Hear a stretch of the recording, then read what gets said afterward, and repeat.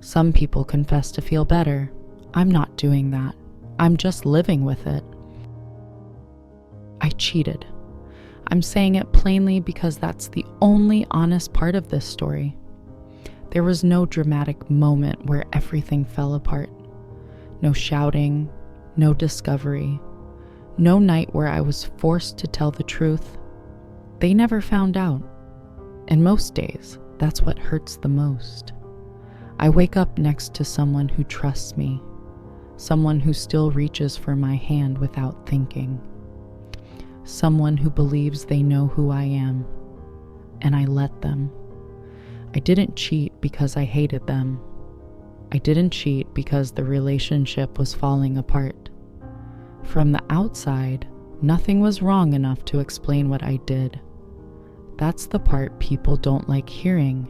There was no big reason, no clear excuse, no single moment I can point to and say, that's when everything changed. Life just kept moving. And somehow, why I stepped outside of it for a moment I can't undo. Now, everything looks the same. We still talk about work. We still argue about small things that don't matter. We still make plans for weeks that haven't happened yet. If you saw us, you wouldn't think there was anything broken here, but I feel it. I feel it in the quiet moments, in the way silence lingers a second longer than it used to, in the way I hesitate before answering questions that used to feel harmless. They don't hear the pause, they don't see the calculation, but I do. Sometimes I wonder if the punishment is that nothing changed, that I get to keep this life, that I get to keep being trusted. There's no relief in that. Just wait. I carry it into every ordinary moment, every laugh, every routine touch, every night when they fall asleep before I do. They don't know, and I live with that. The strange thing is how normal everything stayed. There was no shift in the air, no sudden distance, no intuition that warned them something was wrong. The world didn't pause for what I did. It didn't ask me to explain myself. It just kept going. We still wake up to the same mornings, coffee poured the same way, shoes by the door, always slightly out of place, small talk before leaving the house. They ask me how I slept. I answer without thinking. That's how easy it is to lie when no one suspects you. Sometimes they tell me about their day, a meeting that went too long, a moment that annoyed them, something small they noticed and wanted to share. I listen, I nod. I respond at the right moments. From the outside, I'm still here, but inside I'm always measuring. Every word I say feels like it has weight now. It's not because it might expose me, but because it feels undeserved. There are moments when they laugh, and I catch myself watching their face a little too closely. Not because I'm afraid they know, but because I'm afraid of how easily they don't.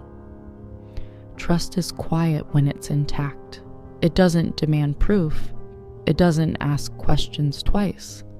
They still leave their phone on the table, still turn their back when they change, still speak freely without checking my reactions.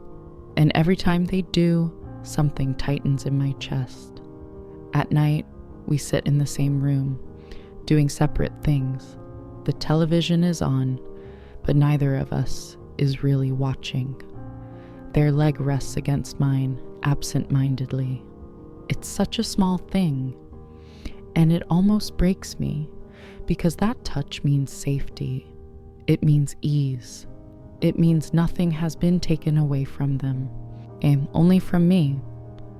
Sometimes I think about saying something, not a confession, just a sentence that could open a door, but the moment passes. It always does. They talk about the future like it's solid, like it's already agreed upon. Plans said casually, without fear. I nod again. I've learned how to nod. The worst part isn't the guilt people imagine. It's the dissonance. living inside a life that still believes in you when you no longer fully believe in yourself. I'm still here, still present, still playing my role well enough that no one questions it. And the more time passes, the more impossible it feels to disrupt this quiet trust. So the days keep stacking on top of each other. Ordinary day after ordinary day. Nothing looks different, but everything feels heavier than it used to. Before anything happened, there wasn't a problem I could clearly name. That's what makes this harder to explain and harder to forgive. We weren't fighting all the time. There was no betrayal on their side, no obvious neglect, no dramatic loneliness. If someone had asked me back then if I was happy, I would have said yes, and meant it. Our life made sense. We knew each other's routines, the way they liked their coffee, the small habits that come from time, not effort. We had history, the kind that settles into you quietly. Nothing felt urgent, nothing felt at risk, and maybe that was part of it. The days were predictable in a way that felt safe, comfortable, earned. Love wasn't loud anymore. It didn't need to be. It showed up in practical ways, shared responsibilities, unspoken understanding, the assumption that we'd still be here tomorrow. I didn't feel unloved. I just didn't feel fully present, not absent either, just slightly removed, like watching my own life through a thin layer of glass. I didn't wake up wanting something else. I didn't go looking for an escape. There was no moment where I thought, I deserve more than this. I respected what we had too much for that. But there were moments, small ones, where I felt strangely untouched by my own life, laughing at the right time, responding correctly, doing everything that was expected of me, and wondering why it felt rehearsed. I never talked about that feeling, not because I was hiding it, but because I didn't know how to explain it without sounding ungrateful. How do you say, this is good, and I still feel disconnected without sounding cruel? Also, I stayed quiet. I told myself it was normal. That long relationships settle, that passion softens into something steadier. I believe that. I still do. Which is why what happened later can't be blamed on dissatisfaction. There was nothing broken enough to justify crossing a line. No crisis, no breaking point. Just a quiet distance I didn't know how to name. And a version of myself that was already slightly gone before I ever made a choice. What happened didn't feel dramatic in the moment. There was no rush, no adrenaline, no sense that I was about to ruin my life. That's the part that unsettles me now. It felt quiet, ordinary, almost forgettable. I didn't wake up that day planning to cross a line. I didn't tell myself I was going to make a mistake. It just unfolded. A conversation that went a little longer than it should have. A moment where silence didn't feel awkward. A familiarity that hadn't been earned, but wasn't questioned either. I noticed the shift. I just didn't stop it. There was a second, maybe less, where I knew exactly where things were heading. And instead of pulling back, I stayed. Not because I wanted to hurt anyone.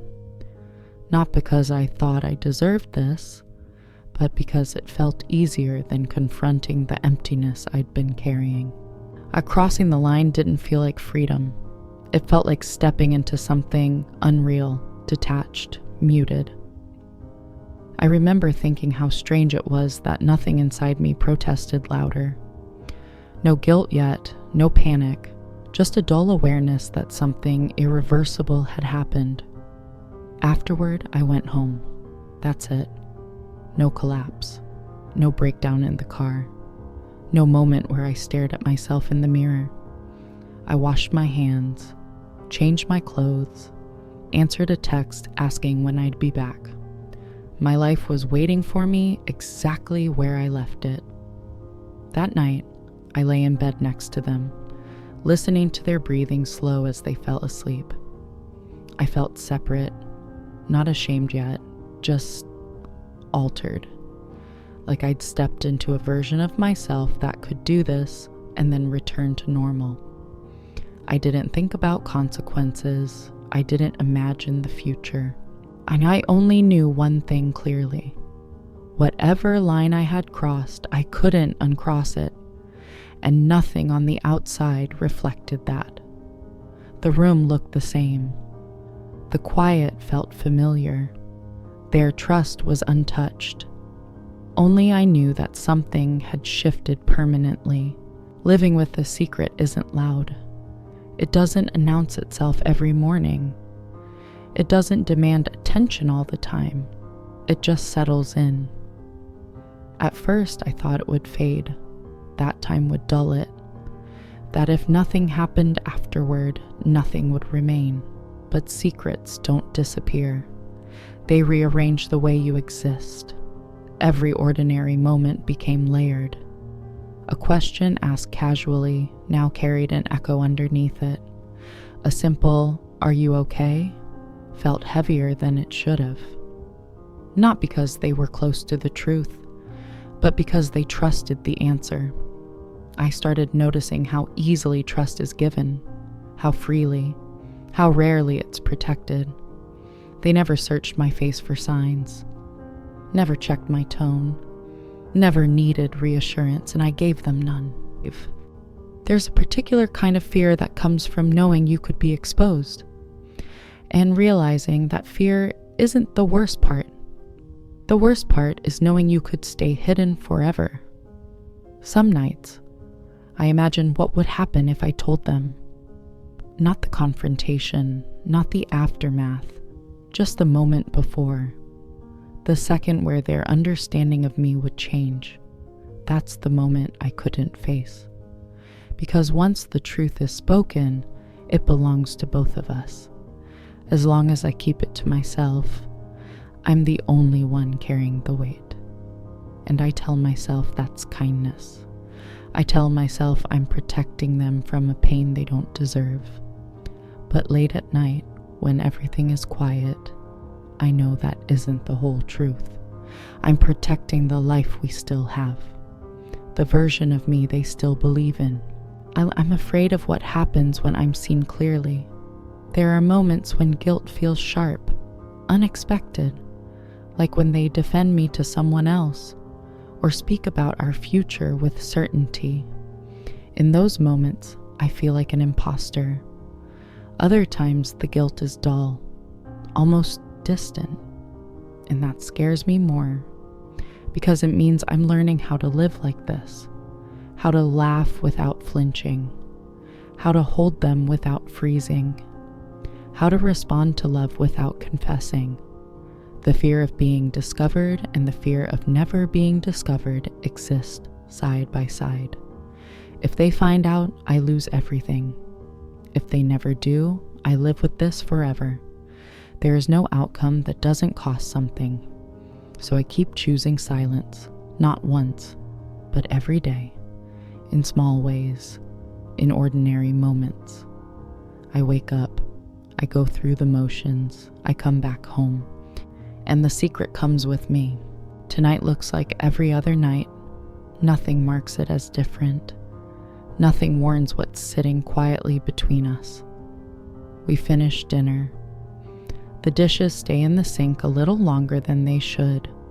The room settles into that familiar silence that comes from comfort, not distance. They sit beside me, scrolling through something on their phone. Their shoulder brushes against mine without intention. It's such an ordinary thing, and it still feels heavy. At some point, they rest their head against me, not asking for anything, not needing reassurance, just existing. I stay still, afraid that even a small movement might break the illusion. They yawn, say they're tired, ask if I'm coming to bed. I say yes, In the bedroom, the lights go off the same way they always do. The sheets are cool at first, then warm. They turn toward me without opening their eyes. I listen to their breathing slow, count the seconds between each rise and fall. This is trust, I think. This is what it looks like. They believe the person lying next to them is exactly who they think I am. There's no moment where I decide not to tell them, no clear choice, just the absence of action, just silence doing what it's always done, keeping things intact. Tomorrow, we'll wake up. We'll talk about small plans. We'll move through the day like nothing is wrong, and technically, nothing is. There are no signs, no cracks anyone else can see. Only this quiet awareness that something true remains unspoken. I turn onto my side, careful not to wake them. Stare into the dark. They trust me, and I live with that.